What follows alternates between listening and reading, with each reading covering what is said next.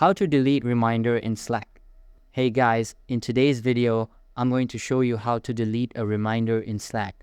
So make sure to watch this video till the end and let's get started. Open your browser and go to slack.com. Click sign in the top right corner. Select sign in with Google and choose your Google account linked to Slack. Once signed in, click use Slack in your browser to continue without downloading the desktop app. In the left sidebar, find the later section. This is where your reminders are stored. Locate the reminder you want to delete. Click the three dots next to it. From the menu, select remove from later. That's it, your reminder is instantly deleted from Slack. Keeping your reminders clean ensures you only focus on what's relevant. That's all for the video. If you liked this video, then make sure to like and subscribe for more tech tips. Thanks for watching and see you in the next one.